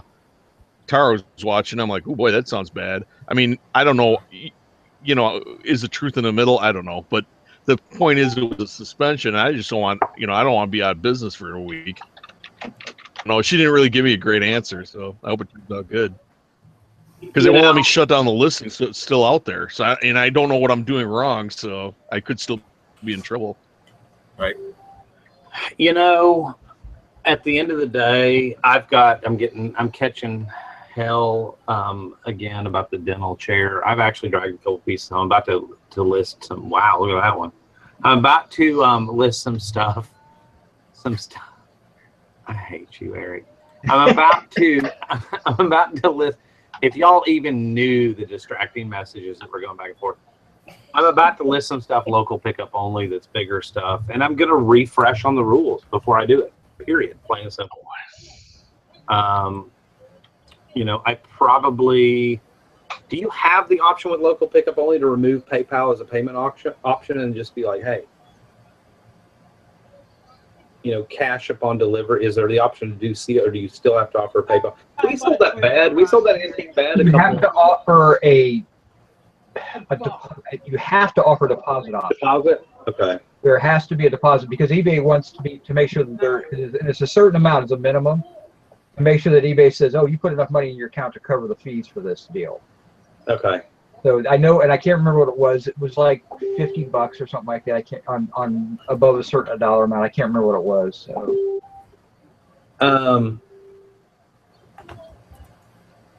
But one of the things that I'm going to do is I'm going to take a little bit of a refresher on all of that. I'm going to make sure I cover my rear end. You know, when we did the that antique bed a couple of years ago, it sold for, I don't know what it was, $1,500, $2,000, whatever it was. And, you know, the guy paid through PayPal. And I had a company called U-Ship that I arranged payment. I told him how much it was going to be and invoiced him separately on PayPal for the U-Ship. I paid for it up front. You know, ultimately you can make your buyer arrange for that, but I was just trying to be cool. The guy was a lawyer out of Atlanta. He probably didn't want to be bothered with stuff like that. I got him a smoking deal. The guy drove here with a freaking cargo van, picked it up. You know, it's 2.5 hours from here to Atlanta. Guy drove in a cargo van, picked up the bed, wrapped it in blankets, took it back to Atlanta, delivered it at his porch for like $125. I mean, he was happy. You know, so he paid me separately for that, and everything went smooth. I know that the landscape has changed a little bit. You know, they sent out an email the other day where they're I hate all y'all. So, you know, the landscape, they sent out an email the other day where you know, they've changed the rules, be careful what you say and all that. And at the end of the day, you know, just read the rules. And if you're unsure where to find the rules, go to Google and Google the rules. That's the easiest way to find it. You'll get lost in eBay's help system. Huh? So you can't find the rules by going, oh, I'll go to eBay and start looking through the eBay website. No. Yeah, it's a disaster. You're quicker to go to Google. Don't get your answers off of Google, off of eBay forums, because even though it's their own forums, you're dealing with don't get your answers from me, from Jim Carrey, from Jim Bennett. You know, read the rules for yourself, and when in doubt, call eBay. Yep. You know, read their policies. I just think a lot of people, I think people have a tendency to not want to read. Every time a seasonal update comes out with eBay, it is the sky is falling, the sky is falling, the sky is falling. And I wonder how many people truly go and get nerdy and read through those long, drawn-out updates to read the fine print and see that stuff's really not that bad. You know, this is your business. Read the rules. If you signed a lease for a commercial property, you would read every line of that lease. Trust me. You know, you don't want to wake up on the first day of month number 2 and find out you have hidden cam fees that you didn't know about. Yeah. Eric knows what those are. Do you pay cam fees, Jason? I'm sure he does. Yes, I do. Which, and those not familiar with cam fees, commercial real estate usually has you paid a shared portion. Like if there's parking lot lights, everybody in the shopping center pays a percentage. Yeah, CAM is common area maintenance. Common area. That's probably the easiest way to explain it. I couldn't think of what it stood for. I couldn't remember.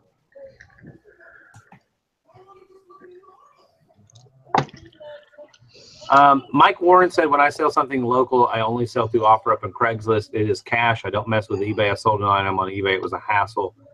I agree there, but depending on what you're selling, like if I put an antique dental chair on there, I'm going to limit my market to one thousandth of the audience that I would have on eBay, and that's my only hesitation there. So it depends on the item. You know, if you're selling a bicycle, yeah.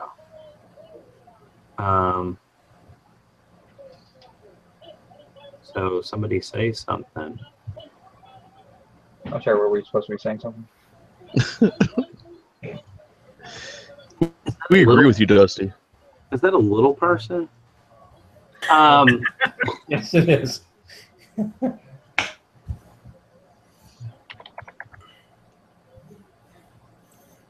So anyhow, back to that. Larry was asking. I don't know what Larry's selling. I know he was into lawnmowers and stuff here a while back. Could be a I was lawnmower. probably selling a toothbrush. You don't think he's going to put local pickup on every listing? I wouldn't recommend that. Like as an option. Well, no, because you can't ship and do local. It's either one or the other. He would not be able to do shipping on anything that's local pickup. You can offer it. Yeah, you Yeah, can offer An it. option for every item you have in your store. But here's the problem, and it's just confusing because what happens when the buyer goes to buy, it pops up and says, gee, do you want to pick it up locally, 0 cost, and then they'll pick 0 cost and then bitch at you for not shipping it to them. Yep. So it can be confusing if you have a newer person on eBay. So I don't put everything. The only thing I put local pickup is something super heavy that I'm not going to ship. Yeah, and I'll do that only because I don't want to mess with the shipping thing. If somebody wants to arrange the shipping, I'll do that. But Right.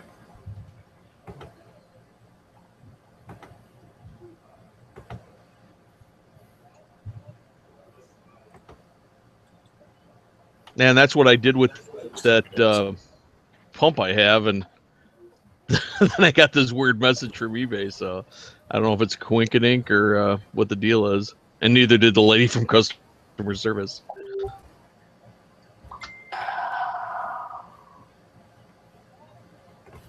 Who knows? Who knows? Any other, Jason? Do you deal? You're just such a man of you're such a man of so many words. I know. You do a lot of local pickup. I don't since I've been in the new place, but the previous place I did a lot of it. Yeah.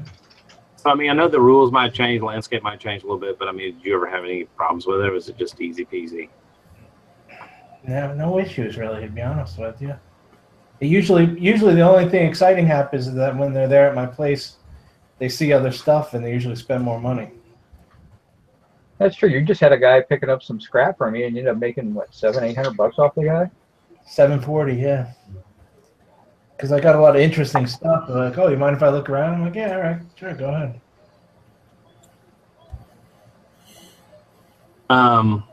Yeah, that was the day you were just kind of sitting there in a hangout, chilling out, drinking your Dunkin' Donuts, and you're like, well, I did $750 on eBay, and scrap guy bought $750. I'm like, I had a $1,500 day, and I think I'm gonna go get a pizza and go home and watch a movie with Jess. And I'm like, you suck, man.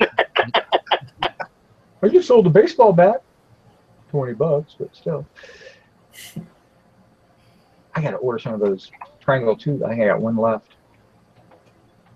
That reminds me. I will not do that. These guys are trying to make me do stuff on camera. Oh boy. Everybody in the audience is going to be like, what are they trying to make him do? Keep your clothes on.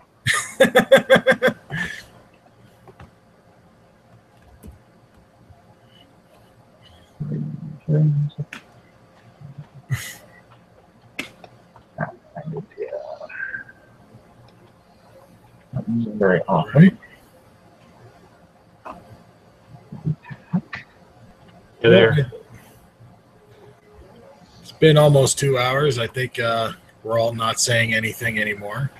It's probably a good time to wrap it up. Because it's all past our bedtime now that we have to get up at 6:30.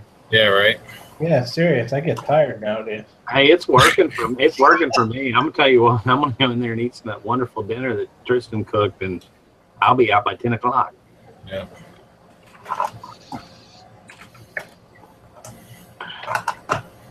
Jason's got to get to bed so he can get up at 11. At the crack of noon. I have a certain schedule I like to stick to. Yeah. Up at 11 in the office by the time the mailman gets there. It doesn't really matter. As long as the shipment goes out at 1. Yeah. 24-hour marathon. We will not be doing that. I like scarcity. I like not doing shows all the time. Can you tell you how many times it'll be like 8 o'clock? I'll look at the clock and go, damn, it's got to be midnight, 8:45. With us here, it's the kids are screaming all day. So once you get that quiet, it only takes 10 minutes to get tired. I tell you what you need to do. You need to close the big roll down door and lock the one going into the house. You need to have one of those little clasp locks on the inside the garage where you're at. And just don't let them open the door. Yeah. And I got a good idea. It's something that you could throw at them just when you need to. That's right. Get those plastic bowling pins, those little kids, like little Tykes bowling pins or whatever, and just fling one at them every time they run through. I've got one of those little assault guns that kills flies. Just shoot them with assault. Doesn't leave marks. There you go. There you go. Yeah, Jim, if you want, I'll lend you my Jart set. Here, problem solved. No. Oh boy. No.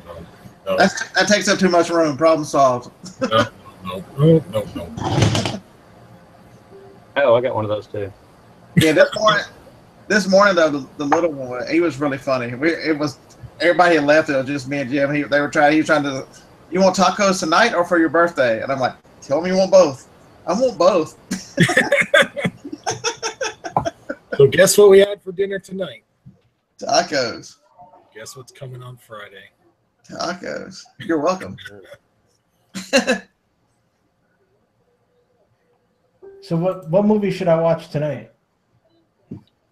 You should. Oh, we already told you that. You watched No. Empire Records. I gotta write it down. No, he's got to watch One Crazy Summer. He's on a Kuzak thing. He did it last night. He watches this one, then he can jump off to Empire. Then I watched High Fidelity for the first time. What was that? 1994 or something? Something like that. Empire Records. So if y'all got him to watch, I don't think I've ever heard of that one. Empire Records. You can High Fidelity. You could always go back to your old Standby the Notebook. Yeah. Empire Records has what's his face's daughter, the guy from Aerosmith's daughter in it, doesn't it? Yeah, Liv Tyler. But that other one, what was that movie you said you watched, Jason? High Fidelity. Yeah, I never saw that one. High Fidelity. Yeah, the book is absolutely horrible, but the movie was good. Is that Jason Cusack? John Cusack. John Cusack, yeah. So if y'all got him to watch One Crazy Summer yet? Yeah, you gotta watch that one tonight, Jason. I want my $2. That's Better Off Dead, but Yeah, Better Off Dead. Better Off Dead I've seen. I How guess about Boiler Room? What? Boiler Room. I don't know that one. I've seen 1408. I've seen Say Anything. I've seen what else?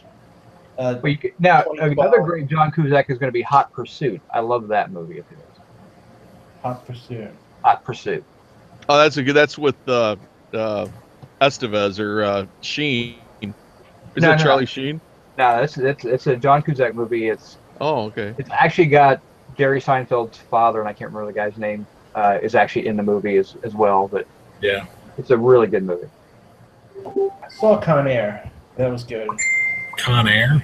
Yeah. Con Air, the one with all the people. Yeah. I'm trying to say snakes on the plane. No, it's Nick Cage. Steve Buscemi. Chappelle's in that movie for no apparent reason. Danny Trejo. Yeah. Trejos, yeah. Trejos, sorry. Otherwise known as Machete.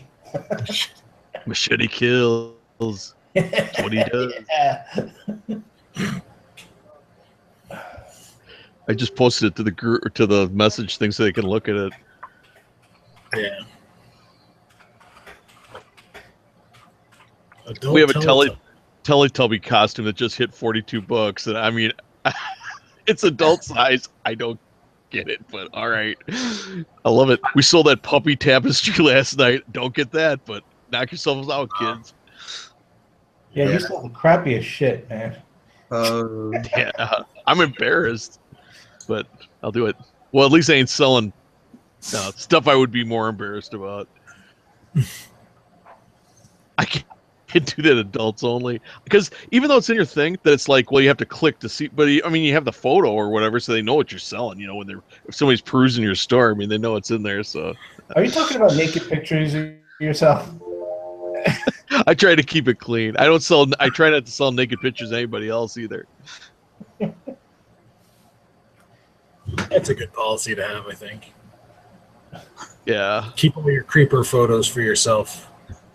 As my dog's sitting here humping the bed. Stop that! That's awesome. Hey, well, if you can't go on the internet, you know, you got to find other diversions, humping the bed or whatever. Yeah. If the dog had opposable thumbs, you know, it'd be different. I want to see that dog movie that recently came out, but I'm afraid I'll just be like bawling. Oh, actually, I can't see it. The Dog's Purpose or something like that. Oh no. I want to see it so bad, but I can't. Like, just, Well, if I see, I mean, that'll be my new Notebook. You know, I mean, I'll be crying like seeing him. My wife was watching that, and I sat down and started watching it with her. Oh God, don't do that. That's. You saw it? Yeah, I've seen it. It's sad, right? Yeah, the Marley and Me, I couldn't watch that either. I'm sure it was a good movie, but I just can't watch. I can't watch Old Yeller.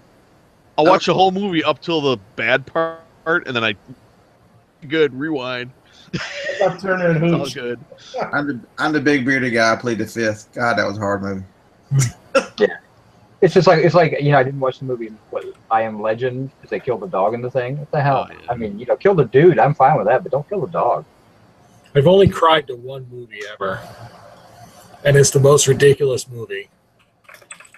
It's Born to Be Wild.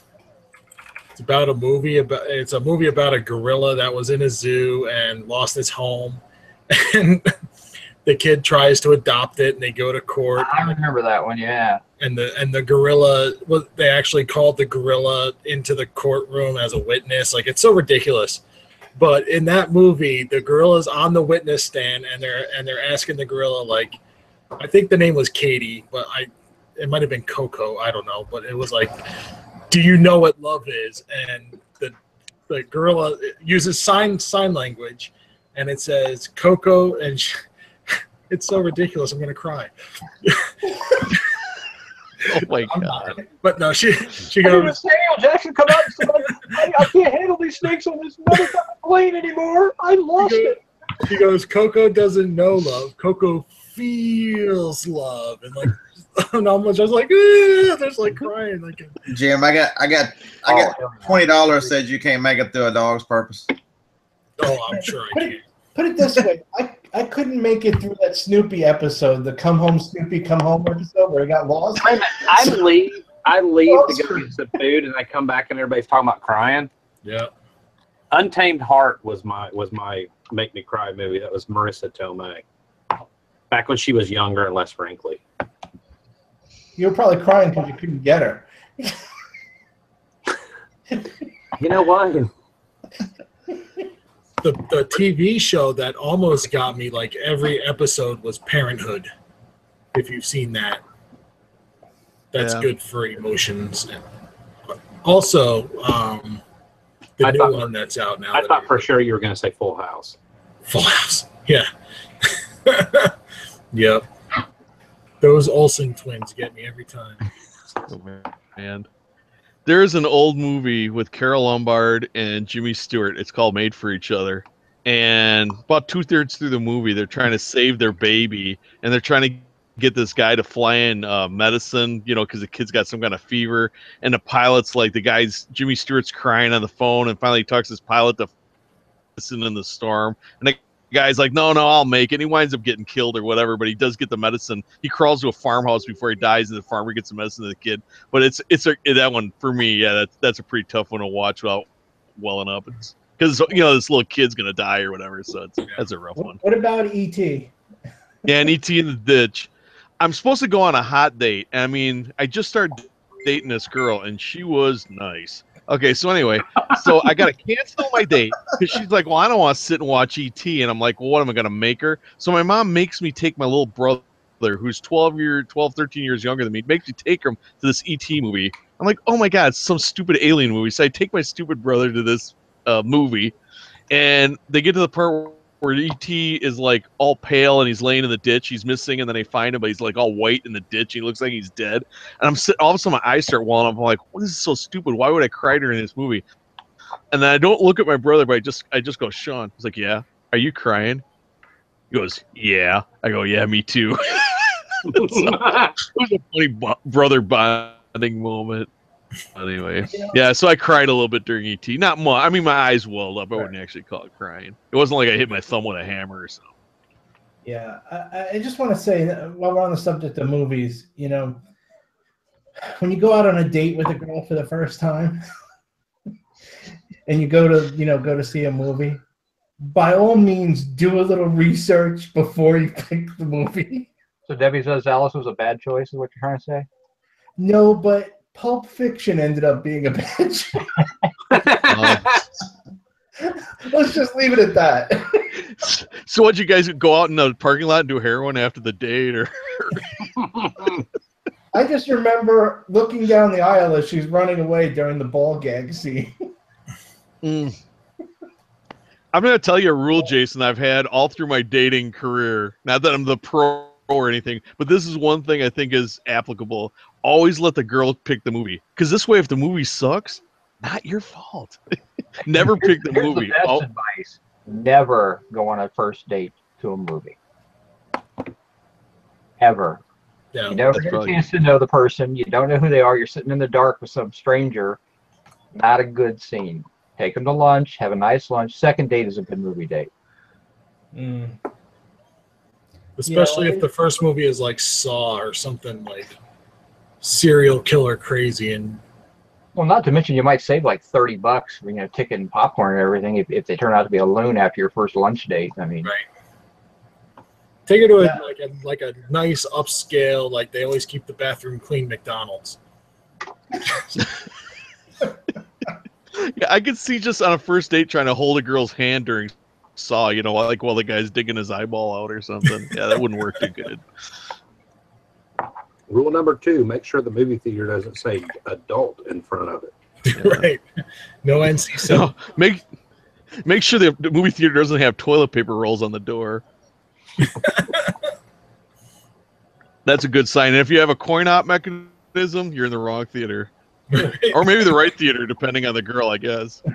What if there's a hole between the stalls? Oh, no, you don't want that at all. That's a bad sign.